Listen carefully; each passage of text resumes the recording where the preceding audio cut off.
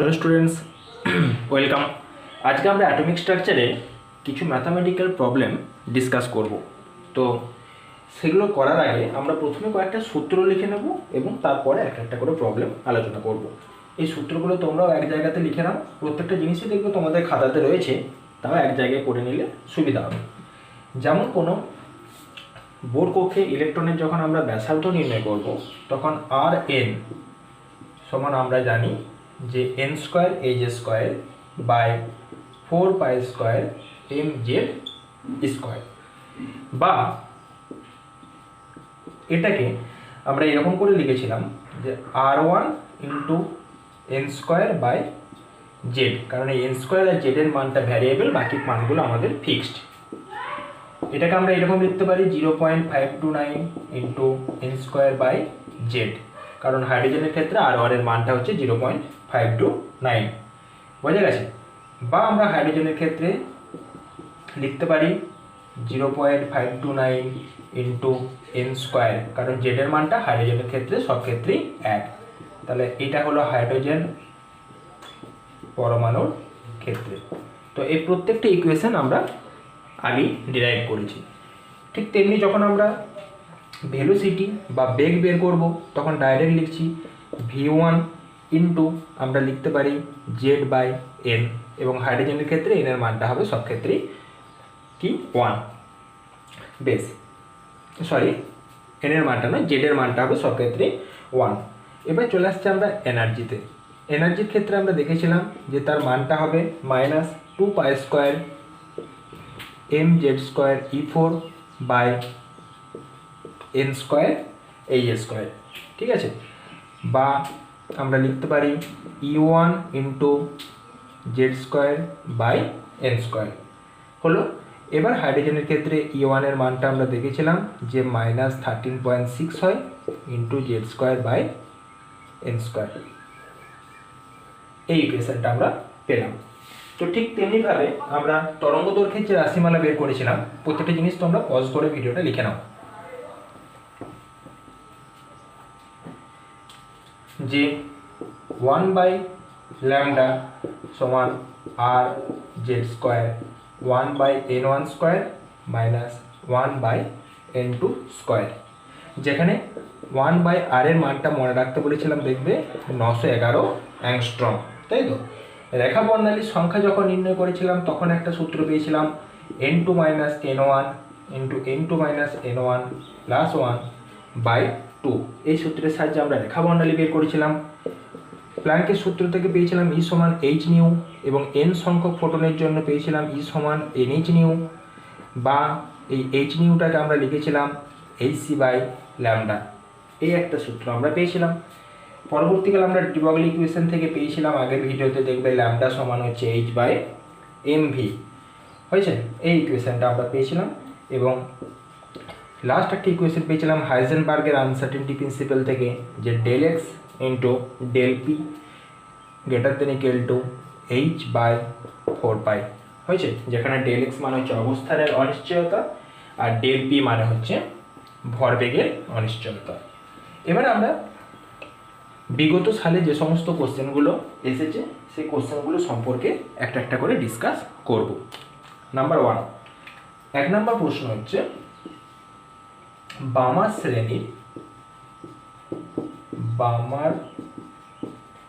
শ্রেণীর হয়েছে H alpha এবং এইচ বিটা লাইনের তরঙ্গ দৈর্ঘ্য কত। তাহলে কোশ্চেনে চেয়েছে কি ল্যামডা বা তরঙ্গ দৈর্ঘ্য। কোন শ্রেণীর?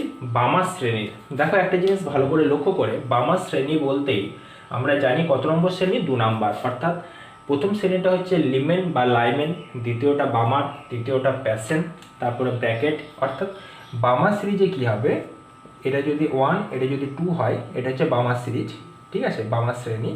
তাহলে তারপরের যে পরমাণুগুলো সেগুলো হয় 3 থেকে 2 আসবে, কিংবা 4 থেকে 2 আসবে, কিংবা 5 থেকে 2 আসবে, এইভাবে আসবে, প্রত্যেকটা বামার শ্রেণীতে আসবে। তো এখানে বামার শ্রেণী বলতে আমরা প্রথমেই তাহলে n1 যেটা, সেই n1 এর মানটা লিখব কত 2, কারণ প্রত্যেকটা পরমাণু বা কণা 2 নাম্বার সেলে আসবে। ক্লিয়ার? বেশ, এবারে আমাদের দেওয়া রয়েছে দেখো এইচ আলফা, দেখো আলফা বিটা গামা, এই তিনটে জিনিস আমরা বুঝবো যে যখন ধরো এটা n সমান 1 n সমান 2 অর্থাৎ এটা হচ্ছে বামা সিরিজ, তাহলে যখন 3 থেকে 2 আসবে তখন সেটাকে বলবো আমরা এইচ আলফা। হয়েছে? 3 থেকে 2 যখন আসবে এইচ আলফা, যখন 4 থেকে 2 আসবে এইচ বিটা, আমরা এরকমভাবেই প্রকাশ করি দেখবে আলফা বিটা। যখন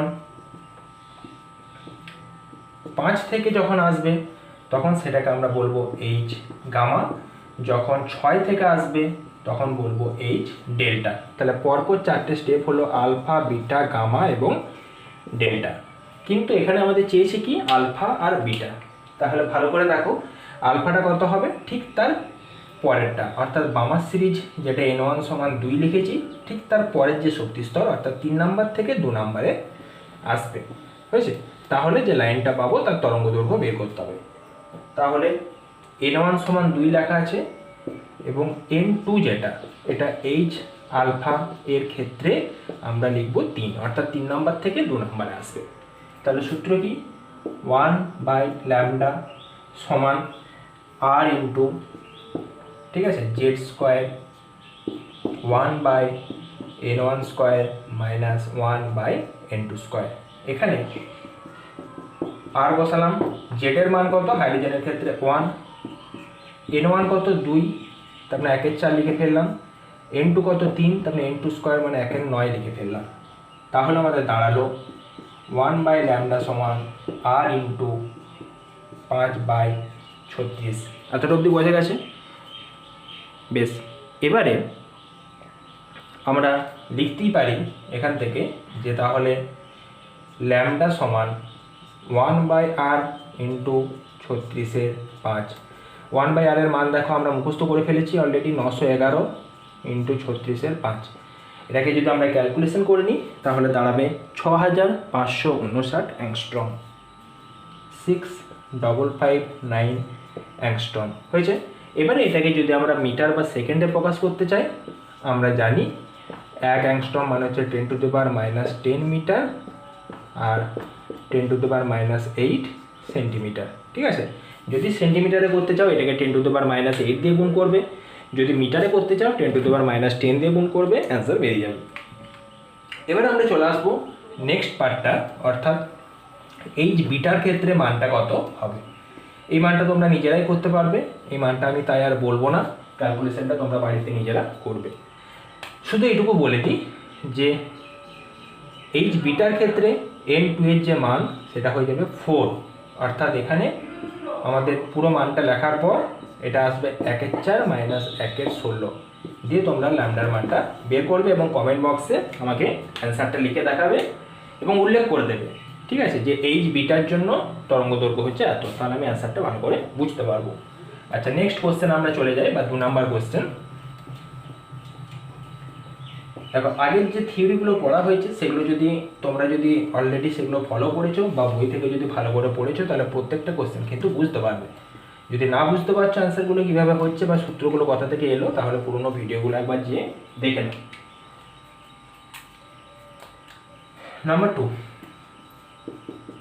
হাইড্রোজেন পরমাণুতে একটি ইলেকট্রন পঞ্চম বোর কক্ষ থেকে তৃতীয় বোর কক্ষে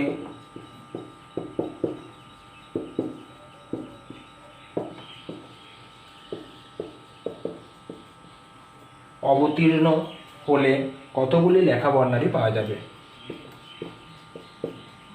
কতগুলি রেখা বর্ণালী পাওয়া যাবে? দেখো এই কোশ্চেনটাও তোমাদের করানো হয়েছে যে রেখা বর্ণালীর ক্ষেত্রে আমরা জানি যে সূত্রটা প্রয়োগ করতে হয়, সেটা হচ্ছে n2 minus n1 into n2 minus n1 plus 1/2। মনে করছে? তো এখানে N1 যেটা সেটা হচ্ছে তৃতীয় বোর কক্ষ। দেখো তৃতীয় বোর কক্ষে নেমে এসেছে। কোথা থেকে নেমে এসেছে? পঞ্চম থেকে। অর্থাৎ এখানে যে মানগুলো দাঁড়াবে সেটা হবে N2 সমান 5 আর N1 সমান হচ্ছে 3। তাহলে সেই মানটা আমরা এবার এখানে পুট করে দেবো। হয়েছে? তাহলে 5 - 3 মানে 2, 2/2 কেটে যাবে, পড়ে থাকবে এটা অর্থাৎ 3। তাহলে এখানে রেখা বর্ণালীর সংখ্যা কতগুলো হবে? 3টে রেখা বর্ণালী পাওয়া যাবে। বুঝে গেছে? 3 নম্বরে চলে আসছি। তাহলে এরকম করে যে কোনো কক্ষপথ থেকে যে কোনো কক্ষপথে আসুক না কেন, প্রত্যেকটা ক্ষেত্রেই কিন্তু তোমরা রেখা বর্ণালীর সংখ্যাটা নির্ণয় করতে পারবে।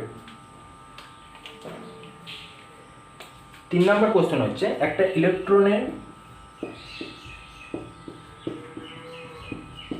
ইলেকট্রনের অবস্থানের অনিশ্চয়তা 1 অ্যাংস্ট্রম হলে বেগের অনিশ্চয়তা কত? দেখো অনিশ্চয়তা শব্দের মাধ্যমে আমরা বুঝে গেলাম যে এটা হাইজেনবার্গ অনিশ্চয়তা নীতির কথা বলেছে, যেখানে অবস্থানের অনিশ্চয়তা অর্থাৎ ডেল্টা এক্স এর মানটা দিয়ে দিয়েছে, আমাদের বেগের অনিশ্চয়তা বের করতে হবে। তো সূত্র যেটা আমরা জানি সেটা দেখো delta x into delta P সমান হচ্ছে h/4π। এখন এখানে একটা জিনিস আমি লিখে দিই তোমাদের, দেখো এই যে ডেল্টা পি সমান, পি মানে হচ্ছে ভরবেগ, তাই তো? তাহলে ডেল্টা পি এর জায়গাতে আমরা ডেল্টা এমভি লিখতে পারি। এখন এই যে ডেল্টা এমভি আমরা লিখেছি, এখানে প্রত্যেকটা ইলেকট্রনের ভরটা তো ফিক্সড, শুধুমাত্র বেগটা চেঞ্জ হওয়ার জন্য ভরবেগটা পাল্টে যায়, তাই না? তাহলে এমটা কনস্ট্যান্ট বলে আমরা এটাকে কিন্তু এম ডেল্টা ভি আকারেও লিখতে পারি। তাহলে এখানে delta x into m delta v সমান h/4π হয়েছে। আমাদের প্রয়োজন ডেল্টা ভিটা চেয়েছে বেগের অনিশ্চয়তা সমান h/4π m ইন্টু 1/Δx, এটা পেয়ে গেলাম। এবার আমরা মানগুলো বসাবো। দেখো h মানে হচ্ছে প্ল্যাঙ্কের ধ্রুবক 6.627 ইন্টু 10⁻34 জুল সেকেন্ড। 4 ইন্টু পাই মানে কত? 3.14 বা 22/7 যেটা লিখবে। এবার হচ্ছে ভর, ইলেকট্রনের ভর আমরা জানি 9.11 ইন্টু 10⁻31 কত কেজি, ইন্টু 1/Δx। এই ডেল্টা এক্স এর মানটা দেওয়া আছে 1 অ্যাংস্ট্রম। 1 অ্যাংস্ট্রম মানে আমরা জানি 10⁻10 মিটার, সবগুলো এসআই ইউনিটে হচ্ছে, সেই জন্য এটাকেও 10⁻10 নিয়ে এলাম। বোঝা গেছে? ক্যালকুলেশন করে দেখা যাবে যে এর মানটা হবে 5.79 into 10⁵, 5.79 into 10⁵ metre per second. তাহলে এটা হলো বেগের অনিশ্চয়তা। Very easy question. আচ্ছা, 4 নম্বর কোশ্চেন আমরা এবার চলে যাব। আর 3টে কোশ্চেন আলোচনা হলো 3টে ভিন্ন ভিন্ন সূত্র থেকে। 4 নম্বর কোশ্চেন আমরা দেখব। নাম্বার 4, 0.1 জুল, লেখো 0.1 জুল শক্তি উৎপন্ন করতে 500 ন্যানোমিটার তরঙ্গ দৈর্ঘ্যে, 500 nm মানে ন্যানোমিটার,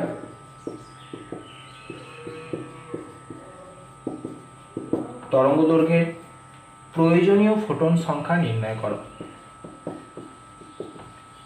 প্রয়োজনীয় ফোটন সংখ্যা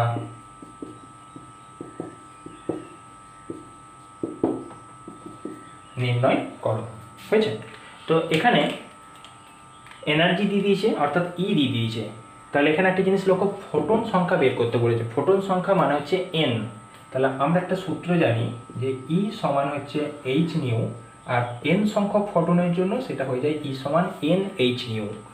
এখানে নিউ যদি কম্পাঙ্ক দেওয়া থাকতো তাহলে আমরা এই সূত্রটা লিখতাম, কিন্তু এখানে দিয়েছে 500 ন্যানোমিটার তরঙ্গ দৈর্ঘ্য, সেই জন্য আমরা জানি যে এইচ নিউ মানি হচ্ছে এইচসি বাই ল্যামডা। তাহলে আমাদের সূত্র যেটা দাঁড়ালো ই সমান হচ্ছে n into h into c in by lambda. ঠিক আছে? আমাদের বের করতে হবে কি এনটা, তাহলে এন সমান হয়ে গেল ই ল্যামডা বাই এইচ সি। এবারে আমরা মানগুলো পুট করব। দেখো ই এর মান দেওয়া আছে 0.1, ল্যামডা মানে তরঙ্গ দৈর্ঘ্য কত 500, ন্যানোমিটারে দেওয়া আছে 1 ন্যানোমিটার মানে 10⁻⁹ মিটার হয়েছে। তাহলে এখানে আমরা লিখলাম 10⁻⁹ বাই এইচের মানটা 6.627 × 10⁻34, আলোর বেগটা হচ্ছে 3 × 10 বা ইলেকট্রনের বেগ, এখানে ফোটনের বেগ ফোটনের বেগ 3 × 10⁸ মিটার পার সেকেন্ড। এবার আমরা এন এর মানটা বের করব। এখানে একটা জিনিস তোমাদের বলে রাখি যে যখন আমরা অ্যাংস্ট্রম থেকে মিটারে বের করব তখন 10⁻⁻10 মিটার হয়, আর কখনো কখনো পিকোমিটার দেওয়া থাকে, সেটার মান হয় 10⁻12 মিটার। এটা মনে রাখার একটা নিয়ম আছে। এখানে একটা জিনিস লক্ষ্য করে দেখো,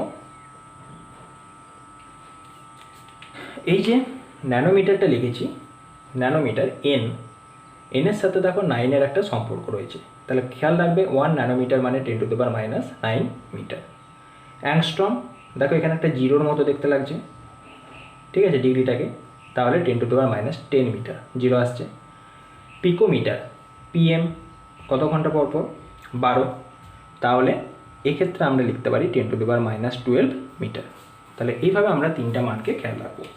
তো এখানে আমরা ক্যালকুলেশন যেটা করব সেটা হচ্ছে এবার 2.5 × 10⁻17 এতগুলো ফোটন সংখ্যা বের হবে বা প্রয়োজন হবে। বোঝা গেছে? এবার আমরা 5 নাম্বার কোশ্চেনে চলে আসবো। 4টে কোশ্চেন আলোচনা হলো, এটা 5 নম্বর অঙ্কটা আমরা দেখব। 5 নম্বর অঙ্কতে দেওয়া আছে যে 5 নম্বর কোশ্চেন যেটা আমরা দেখব এবার, 1.0 × 10⁻7 মিটার পার সেকেন্ড গতিসম্পন্ন বা গতিবেগ সম্পন্ন একটি ইলেকট্রন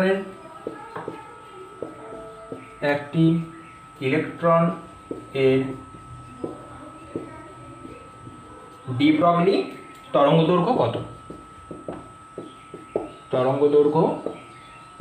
কত? ডি ব্রগলি তরঙ্গদৈর্ঘ্য বলতেই আমরা বুঝে গেলাম যে ডি ব্রগলির যে ইকুয়েশন, অর্থাৎ ল্যামডা সমান h/mv হয়েছে। সঙ্গে সঙ্গে আমাদের মাথার মধ্যে স্ট্রাইক করলো। তাহলে এইচ এর মানটা কত হবে? 6.627 × 10⁻34। এমটা কত? ইলেকট্রনের মাস আমরা জানি 9.11 × 10⁻31, এটা এম বেরিয়ে গেল। ভিটা দেখো দিয়ে দেওয়া আছে 1.0 × 10⁻7।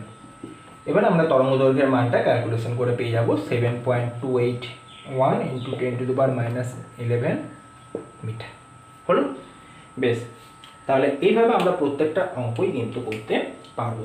লাস্ট একটা কোশ্চেন আলোচনা করে আমরা এই পার্টটা শেষ করব, এবং বাকি কোশ্চেনগুলো তোমরা আরও বইয়ে দেখবে, প্রচুর কোশ্চেন রয়েছে। আমি বিভিন্ন টাইপের একটা করে উদাহরণ দেওয়ার চেষ্টা করেছি, সবগুলো তো এখানে আলোচনা করা সম্ভব নয়, তো তোমরা বাকিগুলো বই থেকে এবার পড়ে নেবে।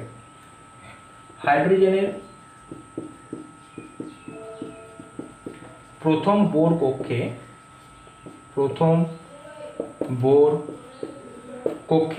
হাইড্রোজেনের প্রথম বোর কক্ষে ইলেকট্রনের শক্তি আমরা প্রত্যেকেই জানি, এটা -13.6 ইলেকট্রন ভোল্ট। তাহলে লিথিয়াম 2+ এর উত্তেজিত, প্রথম নয় কিন্তু দেখো, উত্তেজিত শক্তি স্তরে বা উত্তেজিত অবস্থায় আমরা লিখতে পারি এটা যে উত্তেজিত অবস্থায় ইলেকট্রনের সম্ভাব্য শক্তি কত হয়েছে। এখানে অপশন হিসেবে দেওয়া আছে 1 number -122.4 electron volt, -13.6 electron volt, +30.6 electron volt, আর 4 নাম্বার দেওয়া আছে -13.6 ইলেকট্রন ভোল্ট। এবারে আমরা কি করব, এখানে সূত্র বসাবো এবং মান নির্ণয় করব। দেখো প্রথমত আমরা জানি যে এখানে যে এনার্জির মানটা হবে সেটা অবশ্যই নেগেটিভ হতে হবে, কারণ পজিটিভ এরকম ভ্যালু আমরা কারোর ক্ষেত্রেই কিন্তু পাবো না। এবার আসি উত্তেজিত কক্ষ। উত্তেজিত কক্ষ বলতে বোঝাচ্ছে যে হাইড্রোজেনটা যেহেতু প্রথম বোর কক্ষ বলা হচ্ছে, লিথিয়ামের ক্ষেত্রে উত্তেজিত মানে সেটা অবশ্যই এনের মানটা 1-এর থেকে বেশি হবে। সেটা 2 হতে পারে, 3 হতে পারে বা 4 হতে পারে। তাহলে আমরা প্রথমেই n সমান 2 দিয়ে একটা অ্যান্সার দেখার চেষ্টা করব। তাহলে আমরা প্রথমে এখানে লিখতে পারি যে সূত্র যেটা হবে সেটা হচ্ছে En সমান E1 into z square by হচ্ছে এন স্কোয়ার। ঠিক আছে, তাহলে এখানে দেওয়া আছে লিথিয়াম 2+। লিথিয়াম 2+-এর ক্ষেত্রে আমরা জানি জেড মানে হচ্ছে প্রোটন সংখ্যা, হাইড্রোজেন, হিলিয়াম, লিথিয়াম, অর্থাৎ জেডের মানটা হবে কত? 3। এনের মানটা আমাদের কত হবে? যেহেতু হাইড্রোজেনটা এখানে প্রথম বোর কক্ষে ছিল এবং লিথিয়াম 2+টা উত্তেজিত অবস্থায় এসেছে, তার মানে এনের মানটা অবশ্যই প্রথম বোর কক্ষ থেকে বেশি হবে, অর্থাৎ আমরা এখানে 2 ধরে অ্যান্সারটা স্টার্ট করব। তাহলে এখানে যে শক্তিটা হবে সেটা হচ্ছে E1 এর মানটা এখানে দেওয়া আছে -13.6 ইন্টু জেড স্কোয়ার অর্থাৎ 9, এন স্কোয়ার মানে হচ্ছে 4। এই মানটা যদি আমরা ক্যালকুলেট করি তাহলে দাঁড়াবে -30.6 ইলেকট্রন ভোল্ট, অর্থাৎ 2 নম্বর অ্যান্সারটা আমাদের এখানে কারেক্ট হবে। আচ্ছা, +30.6 এটা কোনোদিন সম্ভব নয়। বেশ, এবারে যদি আমরা এনের মানটা 1 ধরতাম, অর্থাৎ এখানে লিথিয়াম 2+ যদি উত্তেজিত স্তর না বলতো, তাহলে পরে এনের মানটা যদি 1 ধরতাম তাহলে এখানটা শুধুমাত্র -30.6 ইন্টু 9 হতো, তখন কিন্তু 1 নম্বর অ্যান্সারটা কারেক্ট হতো। তাহলে আমরা মানটা পেলাম -30.6 ইলেকট্রন ভোল্ট, যেখানে উত্তেজিত শক্তিস্তর মানে এন সমান পরের লেভেল, অর্থাৎ 2 ধরে আমরা অ্যান্সারটা বের করলাম। ঠিক আছে, আজকে ভিডিওটা এতটাই। আমরা এই কোশ্চেনগুলো ডিসকাস করলাম এবং বাকি আরও কিছু প্রশ্ন তোমরা বইয়ে পাবে, সেগুলো তোমরা নিজেরা করবে। পরের পার্টে আমরা অরবিটাল এই জিনিসগুলো নিয়ে আমরা আলোচনা করব। ওকে, থ্যাংক ইউ।